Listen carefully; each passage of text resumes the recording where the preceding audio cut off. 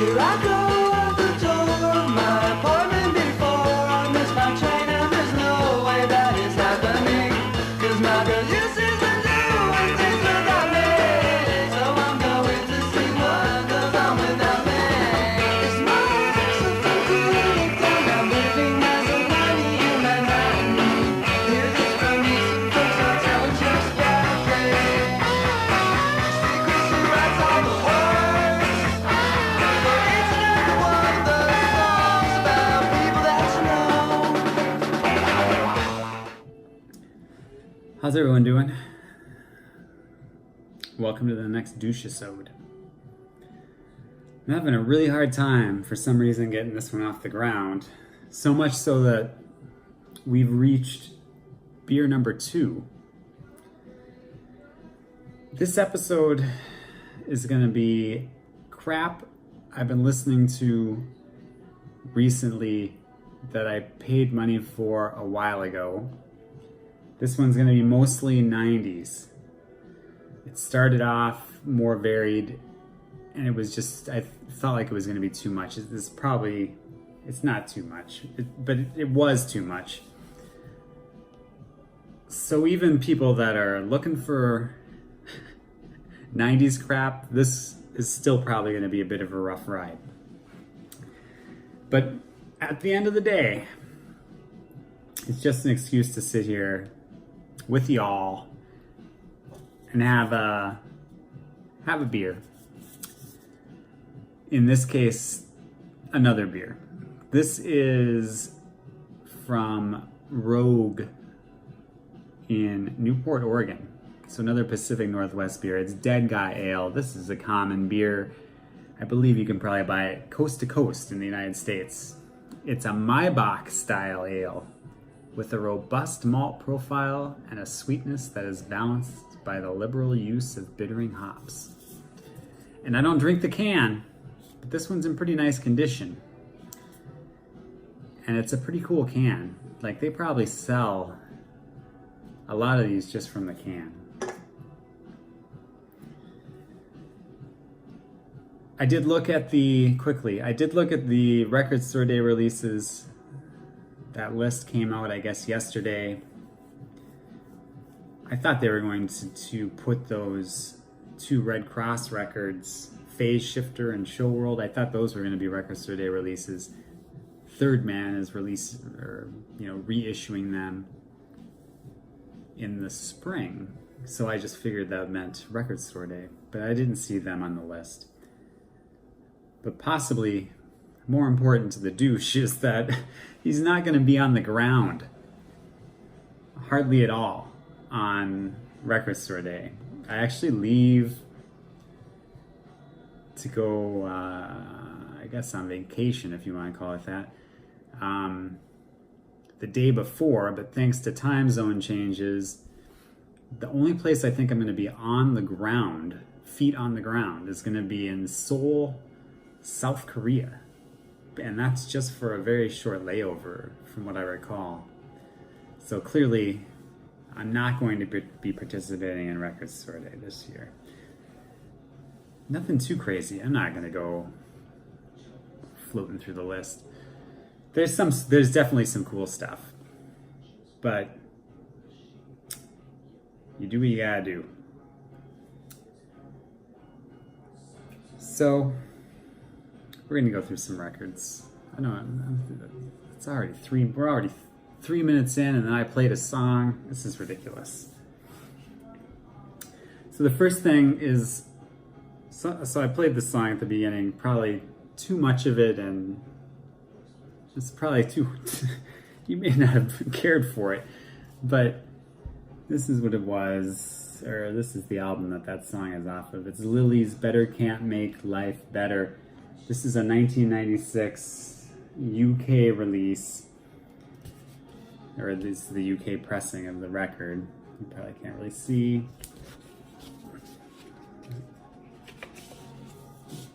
I don't think this has ever been reissued. I think that there's just 2 pressings from around that time. One has a different cover. So this is kind of a 60s mod revival thing, and the thing about the Lilies is if you were to blind buy something, you could wind up with any variety of things. I mean, Lilies is basically a guy named Kurt Heasley. I think he's from Washington, D.C. originally. He's played with Brian Jonestown Massacre, Apples in Stereo, Nico Case. He's produced records for Asteroid Number 4, the Psych Band, and like Ladybug Transistor. I think he may have produced one of their later or somewhat later records. They kind of start off like their first record is like a shoegaze record. It's like a My Bloody Valentine style record, and then they go to their more dream pop for maybe a couple records. Then they have this, and the record that's after this are more 60s. I would say they're more like Kinks influenced. They say mod revival, but whatever. And then after that, more psychedelic. Even like one record that's almost like an electronic record. But anyway, this is it's a good record. I really like this record. The song that I played coming in was Nanny in Manhattan, and that became somewhat of a hit. I think it was a minor hit in the UK because it was used in a Levi's jeans commercial. It has the awesome same label on both sides.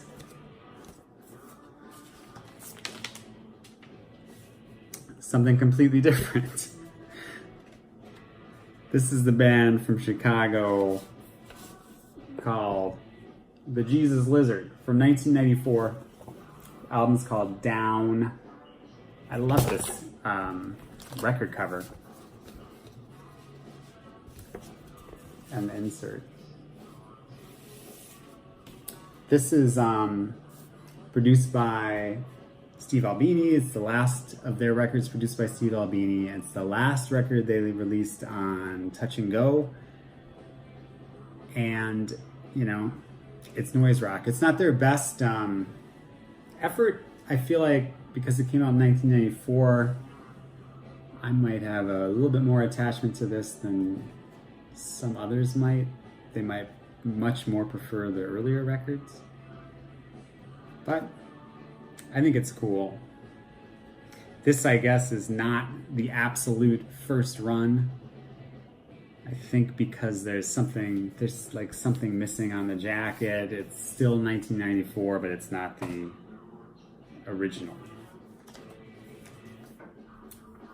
It's a black vinyl record.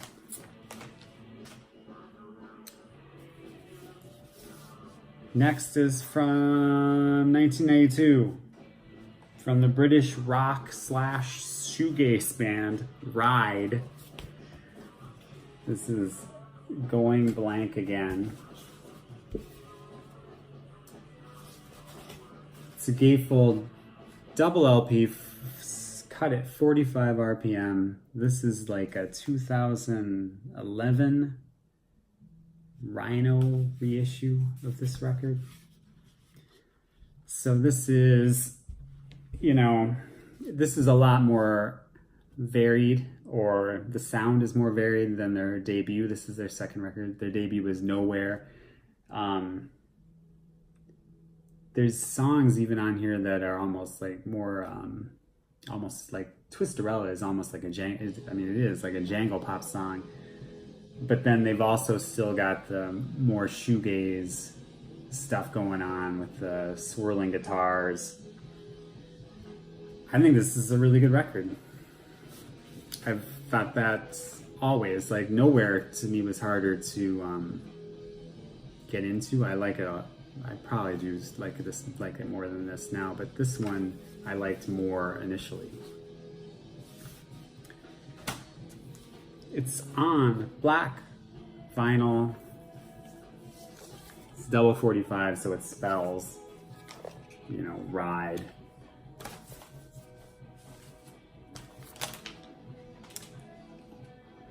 And now again, something different. So this is from 1999. This is like I don't know. This is like a 60s style psychedelic Baroque pop record, I guess I would call it. It's the Essex Green. The name of the record is Everything is Green. If you look them up, you'll see them compared to like the Fairport Convention and the Left Bank. I think that comparison only really works on this record. Their later albums would be a lot more pop, still with those kind of elements, the 60s and 70s stuff going on. So you've got male, female vocals. I came to like these people. 3 of them were in the Ladybug Transistor. And so I met them at some point, not too long before this, but then I kind of followed them. And so I started, just kind of collecting their stuff. They're really nice people. I guess there's a song, Mrs. Bean, that's on here. That's a minor. It was almost a minor hit. The last I saw these guys not that long ago, like 6 months ago, in Tucson, Arizona, and talked to them quite a bit. I actually was gonna, I'm not even gonna bring it up. There was actually a few interesting tidbits, but I feel like they probably didn't think they were being interviewed to be shared. Some interesting things about the Elephant Six Recording Company and etc. Anyway.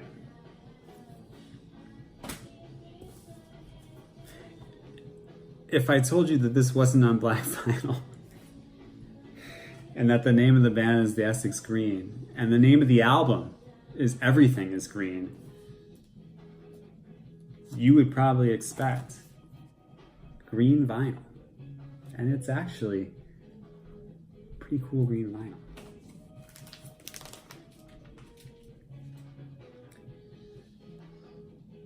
So next, this is actually released in 2001, but was recorded, I think 3 years earlier. They had a major label dispute or spat or something. It's the 6th and final LP from Red House Painters.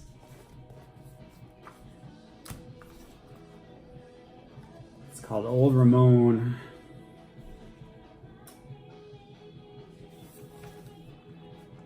This is probably my favorite of their records. It's more, I feel like it's more varied. You have the more long, quieter, maybe even some acoustic tracks that still have like great hooks, really still like sometimes you think about these long songs and they're noodling, but this is a lot, like they're still catchy songs, but it also has some that kind of rock a little bit more. For instance, like Between Days, the song Between Days, when this came out, I would listen to that over and over again. I think that Hannah also said that this was her favorite one. I don't think that's a very common opinion. I think that generally speaking, this is not people's favorite of people that like this kind of thing. But I agree. I think that this is probably the one to get for somebody that doesn't know Red House Painters. But the real reason I wanted to show this is the Loser Edition vinyl copy. And when I saw them for this tour, I imagine in 2001, the bassist, it was at the 400 bar in Minneapolis. It's kind of a small club. And at that time you could smoke in the club. And the bassist was calling people out for, like, you can smoke, but he didn't really appreciate that people were smoking right in front of him because it's not a very big place. You can stand feet from where they're playing. But what makes me think about that is that the loser edition is on, and there's a song on here called Smokey. So it's the vinyl is smoky colored vinyl. But because it's on that, and because of just thinking about that, the bass player, it makes me laugh every time thinking about that. All right, next. This is from 1999. This is the Dismemberment Plan. Emergency in Eyes, the record. Huh.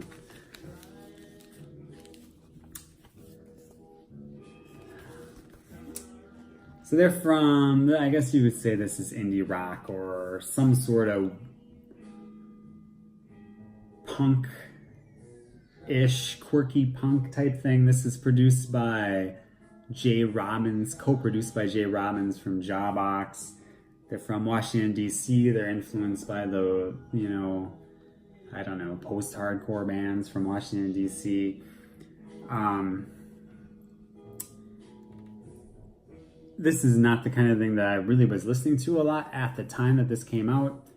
They actually played live on the radio on a show that I hosted. Easily the most probably well-known, so not very well-known, but the most well-known band that performed on there. So I guess what I'm saying is maybe take what I'm saying with a grain of salt. I might be somewhat biased. They're pretty cool guys. And then I saw them again. I think they opened for like Death Cab for Cutie or something. This is a really good record with like songs. So like A Life of Possibilities, What Do You Want Me to Say, You Are Invited, The City. I don't know. A bunch of others. This comes on black vinyl. If you want the download code and you can see that and you can get that before someone else, I'm not going to use it.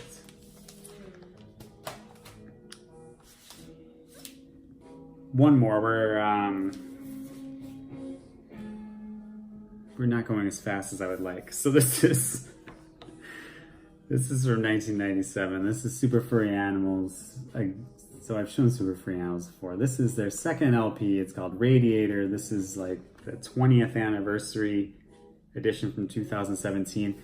So what happened is they had, not they, but available for pre-order was a deluxe reissue of, I guess that would be their fourth record, Rings Around the World, which was going to be reissued by Music on Vinyl.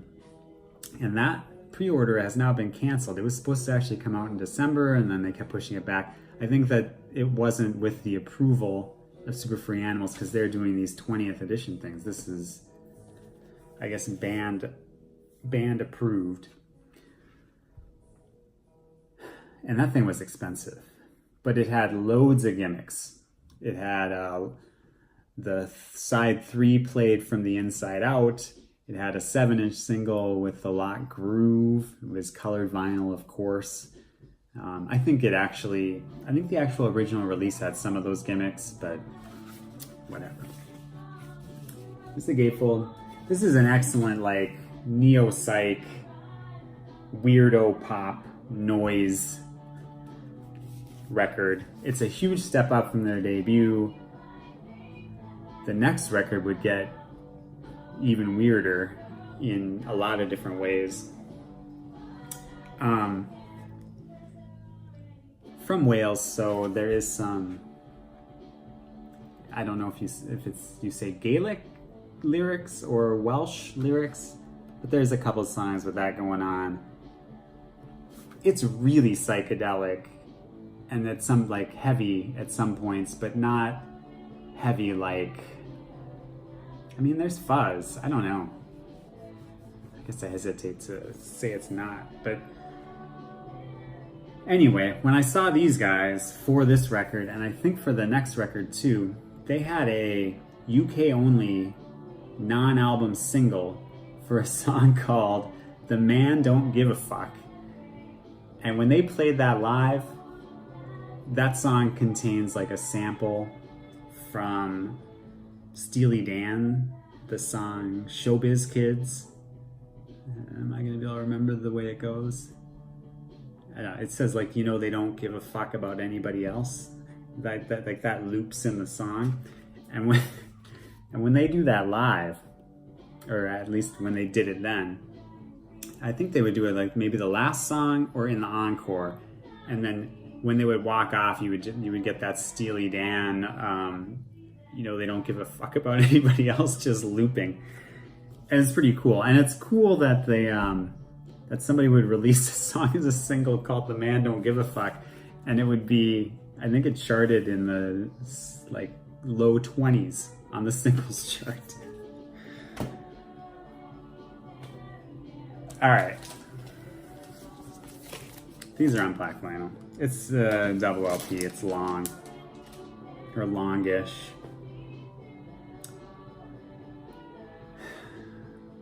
I don't think this went very well, but I'm tired of doing it. It's probably fine, right? It's probably fine. Thanks for stopping by. I hope you enjoyed the beer, whatever you chose to drink. And I will be back sometime because I don't want this to keep going and I'll keep talking. Oh, really quick.